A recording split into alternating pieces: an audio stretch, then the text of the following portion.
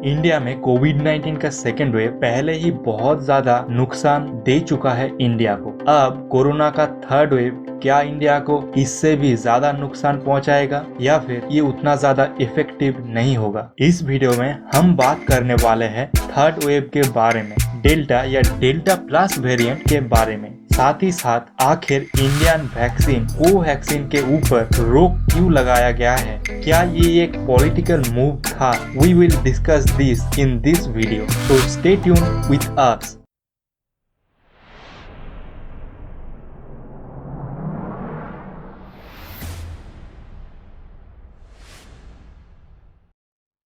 पहले बात करते हैं थर्ड वेव के बारे में। क्या थर्ड वेव इंडिया में ऑलरेडी आ चुका है? अगर नहीं तो ये कब तक आएगा? क्या ये आउट ऑफ कंट्रोल फिर से होगा? क्या सेफ्टी मेजर लिया गया है इंडिया में सभी स्टेट्स के द्वारा? ICMR यानी कि Indian council of medical research का कहना है कि थर्ड वेव आने के चांसेस बहुत कम है। इसका मतलब ये नहीं है कि थर्ड वेव इंडिया में नहीं आएगी। इसका मतलब है कि थर्ड वेव उतनी डिवास्टिंग ना हो, मतलब कि ये सेकेंड वेव जितनी पावरफुल नहीं होगी। लेकिन इसके लिए इंडिया को पहले से प्रिपेयर रहना होगा, तभी ये सेकेंड वेव से भी कम डिवास्टिंग होगी।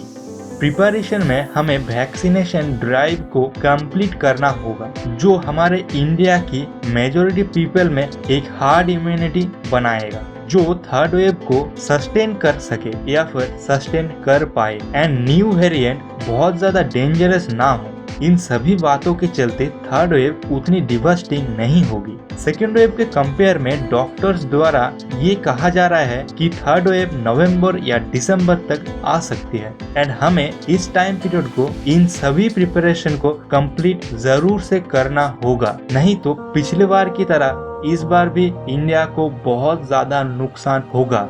अमेरिका ने इंडिया का अपना वैक्सीन कोवैक्सीन क्यों लेने से मना कर दिया? क्या यह वैक्सीन उतना ज्यादा इफेक्टिव नहीं है? ये जानने के लिए वीडियो के एंड तक जरूर से रुकिए। अब हम बात करते हैं इंडिया की जो नया म्यूटेटेड कोविड-19 वायरस है उसके बारे में, द डेल्टा वेरिएंट।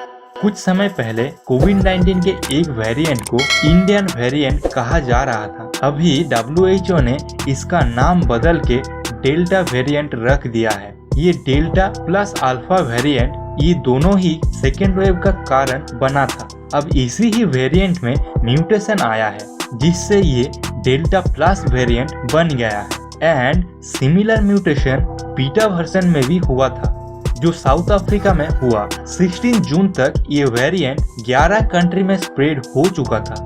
इंडिया में इसे 23 जून से ही as a variant of concern consider किया जा रहा था, मतलब कि वैक्सीन एफिशिएंसी इस वेरिएंट पे शायद से कमजोर हो। इससे रिलेटेड मेडिकल प्रोसेस भी कॉम्प्लिकेटेड हो सकता है। ये वेरिएंट आपकी इम्यूनिटी ब्रीच कर दे एंड सो ऑन। ये सब सिम्टम से ही डेल्टा वेरिएंट को वेरिएंट ऑफ कंसर्न कहा जा रहा है।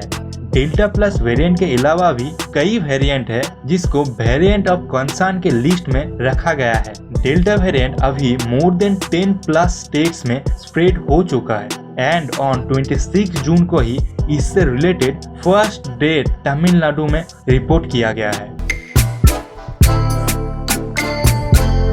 चलिए अब एक इम्पोर्टेंट क्वेश्चन के ऊपर ध्यान देते हैं। क्या वैक्सीन इस डेल्टा वेरिएंट पे इफेक्टिव है?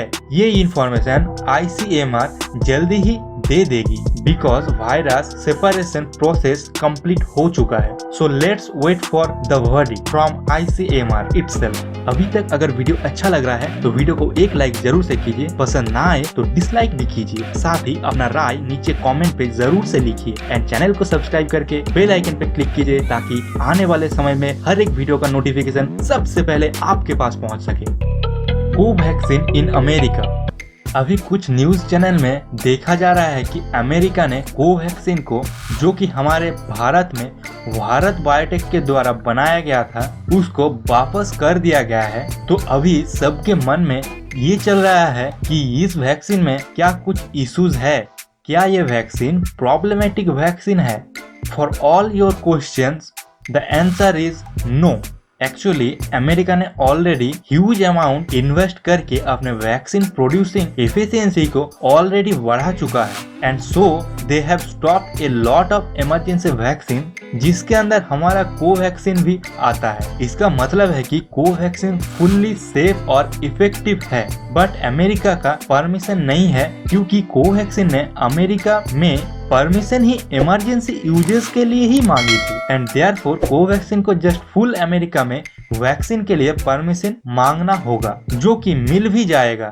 इस पूरे सिनेरियो को देखते हुए हमें ये एक बात समझना चाहिए कि कोई भी एक न्यूज को बिना उसका फैक्ट चेक करके उसको फुल्ली बिलीव करना नहीं चाहिए। हम हमारे चैनल में भी यही काम करते हैं, फैक्ट्स को रीचेक करके एक आसान भाषा में आपके पास लाते हैं। तो अगर आपको हमारा एफर्ट अच्छा लगता है तो चैनल को सब्सक्राइब करके हमें सपोर्ट कीजिए, साथ में बेल आइकन पे क्लिक करें और ऑल ऑप्शन सिलेक्ट करें ताकि जब भी हम कोई नया वीडियो लाए वीडियो का नोटिफिकेशन सबसे पहले आपके पास पहुंच सके।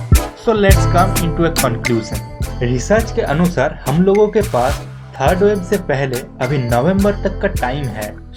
हमें वैक्सीनेशन इस दौरान पूरी तरह से या फिर एटलीस्ट 70% पॉपुलेशन को फुल्ली वैक्सीन दे देना चाहिए, जिससे कि पूरे इंडिया में ओवरऑल पॉपुलेशन में एक हार्ड इम्यूनिटी बन सके।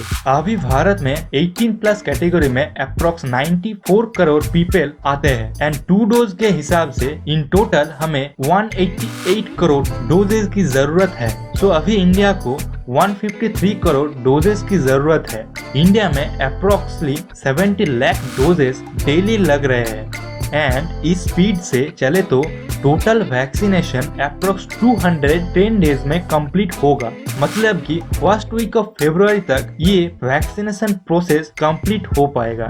तो आप इन सभी फैक्ट्स को देख के आप समझ ही सकते हैं कि हम और हमारा गवर्नमेंट कितना पीछे चल रहा है। एक इम्पोर्टेंट बात यह है कि क्या ये वैक्सीन इफेक्टिव है इस डेल्टा प्लस वेरिएंट पे। According to the report Sputnik is effective on this. Doctors ने कहा है कि जब कोवैक्सीन या फिर कोविशील्ड डेल्टा वेरिएंट पे इफेक्टिव था तो ये डेल्टा प्लस में भी इफेक्टिव होगा एंड मोर ओवर हमें जल्दी ही ICMR का रिपोर्ट मिल जाएगा। So let's wait for that. ये एपिसोड आपको कैसा लगा नीचे कमेंट पे जरूर से हमें बताइए, साथ ही वीडियो को एक लाइक जरूर से कीजिए and subscribe our channel for more informative episodes. Stay home, stay safe. We will definitely win this battle against COVID. Thank you so much for watching this video. Have a great day. Bye bye.